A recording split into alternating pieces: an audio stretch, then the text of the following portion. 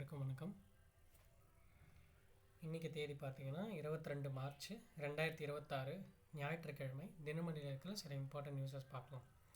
So first ஹெட்லைன்ஸில் என்ன கொடுத்துருக்காங்கன்னா, வங்கி சமையல் எரிவாயு ஒதுக்கீடு அதிகரிப்பு, மத்திய அரசு அனுமதி அப்படின்னு கொடுத்துருக்காங்க. ஸோ கமர்ஷியல் சிலிண்டர்ஸ், ஹோட்டல்ஸ்க்கு யூஸ் பண்ணுறது, மற்ற விஷயங்களுக்கு யூஸ் பண்ணுற, ஹவுஸ் ஹோல்ட்ஸ் தவிர மற்ற விஷயங்களுக்கு யூஸ் பண்ணுறத சிலிண்டர்ஸோட ப்ரொடக்ஷனை இன்க்ரீஸ் பண்ணியிருக்காங்க. சரியா? ஸோ அதே மாதிரி அந்த இன்க்ரீஸ் பண்ணதும் இல்லாமல் நிறைய ஒதுக்கீடு வந்து இப்போது கமர்ஷியலுக்கு ஒதுக்க போகிறாங்க. சரியா?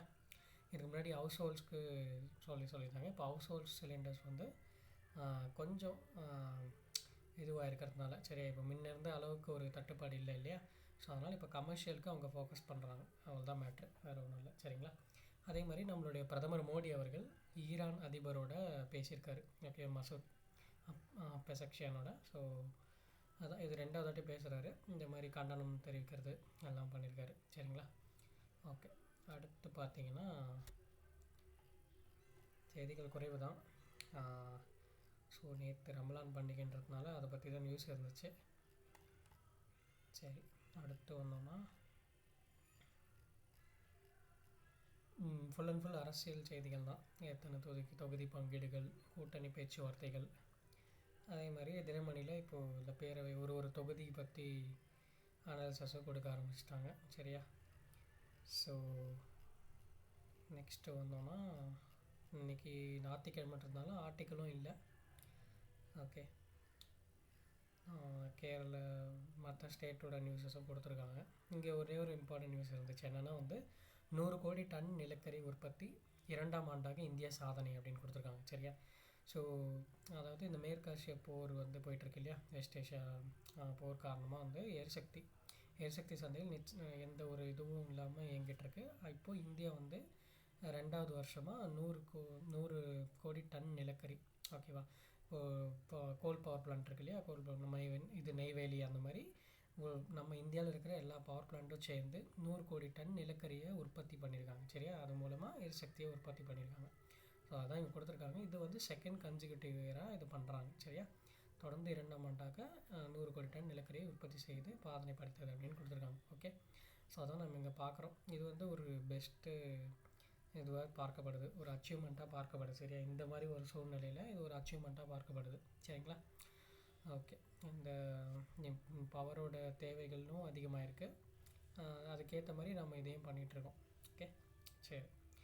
அடுத்து வந்தீங்கன்னா, டிஜிபி நியமன விவகாரம், தகுதியான ஐபிஎஸ் அதிகாரி தேர்வில் மீண்டும் இழுபறி அப்படின்னு இங்கே ஒரு ஆர்டிக்கல் ஒன்று கொடுத்துருக்காங்க. ஸோ இதில் என்ன சொல்ல வராங்க சிம்பிளாக அப்படின்னா, நீங்கள் தமிழக டிஜிபி வந்து சங்கர் திவால் அவர்கள் ஆகஸ்ட் 30ஆம் தேதி ரிட்டையர் ஆகிருப்பாங்க. சரிங்களா? ஸோ அவங்களுக்கு அப்புறம் ஒரு டிஜிபி வந்து போடலை. ஓகே, ஏன்னா வந்து தமிழக அரசு என்ன சொல்லியிருந்தாங்கன்னா வந்து, எங்களுக்கு ஒரு செலெக்ஷன் எங்களால் செலக்ட் பண்ண முடியல சரியான ஆளை அப்படின்ற மாதிரி சொல்லியிருந்தாங்க. சரியா? ஏன்னா அவங்க டாப் லிஸ்ட்டில் இருக்கிற ஐபிஎஸ் ஆஃபீஸர்ஸ்லாம் வந்து அவங்களுக்குலாம் ஒரு 3 to 6 months தான் சர்வீஸ் இருக்குது. சரியா? அதுக்கப்புறம் சங்கர் திவால் அவர்கள் ஒரு ஃபயர் டிபார்ட்மெண்ட் ஒன்று புதுசாக உருவாக்கி அதில் ஒரு தலைவராக அவரை போட்டிருந்தாங்க. சரிங்களா? இப்போது as per supreme court guidelines என்னென்னா, பிரகாஷ் சிங்குன்னு சொல்லிட்டு ஒரு கேஸ் ஒன்று இருக்குது, பஞ்சாபில் நடந்த கேஸ். ஸோ அதில் அவங்க என்ன சொல்லியிருந்தாங்க அப்படின்னா, அதில் அவங்க தீர்ப்பு என்ன சொல்லியிருந்தாங்கன்னா வந்து, இந்த மாதிரி ஒரு ஸ்டேட்டு இது டிஜிபியை வந்து செலக்ட் பண்ணி யூபிஎஸ்சி பரிந்துரைக்கும். ஓகே, யூபிஎஸ்சி வந்து ஒரு லிஸ்ட்டு கொடுப்பாங்க. சரிங்களா? ஒரு 3 மெம்பர் லிஸ்ட்டு கொடுப்பாங்க. இந்த லிஸ்ட்லேருந்து 3 மெம்பர்ஸ் அதுக்கு மேற்பட்ட லிஸ்ட்டு கொடுப்பாங்க. அதுலேருந்து நீங்கள் ஒரு ஆளை நீங்கள் வந்து செலக்ட் பண்ணணும் அப்படின்னு சொல்லிட்டு ஸ்டேட்டுக்கு ஆப்ஷன்ஸ் கொடுப்பாங்க. ஸ்டேட்டுக்கு ஆப்ஷன்ற பேரில் வந்து அந்த சிஎம்க்கு தான் கொடுப்பாங்க. ஏன்னா சிஎம் தானே லா அண்ட் ஆர்டரோட ஒரு பிரதிநிதி. சரியா? உள்துறை அந்த எல்லாத்தையும் பார்த்துக்கிறது அவர் தான். போலீஸ்னாலே law and order coming to, ஏன்னா போலீஸ் எல்லாமே வந்து டிபார்ட்மெண்ட் வந்து சிஎம்க்கு தான் டேரெக்டாக ரிப்போர்ட் பண்ணுவாங்க. சரியா? ஸோ அவர் வந்து தேர்ந்தெடுக்கணும். சரிங்களா? ஒருவரை தேர்ந்தெடுக்கணும். ஓகே, அந்த உயரதிகாரி வந்து 2 ஆண்டுகளுக்கு அல்ல அதுக்கு மேற்பட்டவராக ஒரு டிஜிபியாக ஒரு இதுவாக இருப்பார். சரிங்களா? ஆனால் இப்போது என்ன ஆயிடுச்சு அப்படின்னா, நம்ம வந்து டிஜிபி செலக்ட் பண்ண அந்த லிஸ்ட்டு கொடுத்தோம், நம்மளால் பண்ண முடியல. சரிங்களா? அதான் மேட்ரு. இப்போ நேற்று நம்மளுடைய தமிழக தலைமைச் செயலர், உள்துறை செயலர் எல்லோரும் போயிருக்காங்க டெல்லிக்கு போயிட்டு அவங்க கொடுத்த லிஸ்ட்லேயும் கூட அவங்க வந்து செலக்ட் பண்ணி கொடுக்கல. சரியா? அதான் கொடுத்துருக்காங்க. மேற்குறிப்பிட்ட பட்டியலில் முதல் 3 இடங்களில் இடம்பெறும் அதிகாரிகள் சீமா அகர்வால் மற்றும் ஜூன் மாதம் ஓய்வு பெறுகிறார்.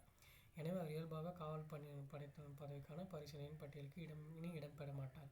அதாவது 2 வருஷம் சர்வீஸ் இருக்கிற ஆள் தான் நம்ம வந்து இது பண்ணணும், சரிங்களா? ஸோ அதே மாதிரி இதுதான் இங்கே கொடுத்துருக்காங்க ஃபுல்லாகவே. ஆனால் அவங்க வந்து எதுவுமே செலக்ட் பண்ணாமல் திரும்பியிருக்காங்க, சரிங்களா?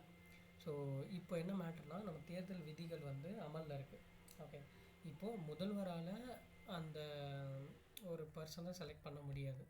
ஓகே, ஏன்னா தேர்தல் விதிகள் இருக்குன்னா அவர் முதல்வராக ஆக்ட் பண்ண போகிறதில்ல, ஒரு இதுவாக தான் இருக்க போகிறாங்க, ஒரு கட்சி தலைவராக தான் ஆக்ட் பண்ண போகிறாங்க. இப்போது இந்த ஜிடிபியோட தேர்வு வந்து இப்போ யார்கிட்ட போயிருக்குன்னா, எலெக்ஷன் கமிஷன் கிட்ட அந்த முடிவு வந்து டைரெக்டாக போயிருக்கு, சரியா? அதான் இங்கே அந்த ஆர்டிக்கலில் சொல்ல வராங்க. ஸோ இது ஒரு அசாதாரண நிலையாக இருக்குது அப்படின்ற மாதிரி ஒரு இந்த இதோட இந்த ஆர்டிக்கலை முடிக்கிறாங்க, சரியா? சரி, இப்போதைக்கு பொறுப்பு டிஜிபி மட்டும்தான் இருக்காங்க, வெங்கட்ராமன் சொல்லிட்டு. ஒரு நார்மலான ஒரு ஃபார்மேஷனில் டிஜிபி இல்லை, சரியா? ஓகே, அதான் நீங்கள் பார்க்குறோம். அடுத்து பார்த்தீங்கன்னா தாராகிரி போர்க்கப்பல் அப்படின்னு சொல்லிட்டு கொடுத்துருக்காங்க. ஸோ நீலகிரி வகையின் 4வது போர்க்கப்பலான தாராகிரி நவம்பர் வந்து கடற்படை ஒப்படைக்கப்பட்டது. இது இப்போது இந்திய கடற்படையோட ஏப்ரல் 3ஆம் தேதி இணைய போகுது, சரிங்களா? அதை நம்ம இங்கே பார்க்குறோம். என்ன கப்பல் நேம் மட்டும் பார்த்துக்கோங்க, சரிங்களா? ஓகே, ஏன்னா இது உள்நாட்டில் இண்டிஜினியஸாக தயாரிக்கப்பட்ட ஒரு கப்பல். ஓகே, சரி. அடுத்த நியூஸ் பார்த்திங்கன்னா அந்த செய்திகள் குறைவாக தான் இருந்துச்சு. ஈரான் போர் பற்றி தான் இங்கே கொடுத்துருக்காங்க ஃபுல்லாக. ஓகே, வேறு எதுவும் முக்கியமான செய்திகள் இல்லை. நம்ம நாளைக்கு செய்தித்தாள் வாசிப்பில் சந்திக்கலாம். நன்றி, வணக்கம். உங்களுக்கு இந்த வீடியோஸ் பிடிச்சிருந்தால் சப்ஸ்கிரைப் பண்ணுங்கள், லைக் பண்ணுங்கள், ஷேர் பண்ணுங்கள். Okay, thank you friends, by.